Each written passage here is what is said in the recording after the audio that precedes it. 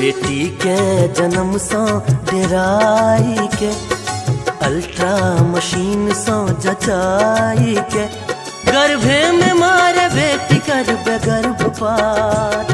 संतान हत्या सो बढ़ के कौन पाप, संतान हत्या सो बढ़ के कौन पाप।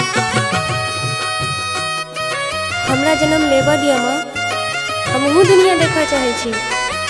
हम इंदिरा छी माँ, हम कल्पना चावला छी।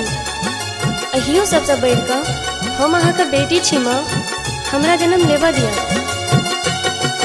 अहाँ कोइख में सीता पैल रहली, नहीं मारू हमरा इकह रहली।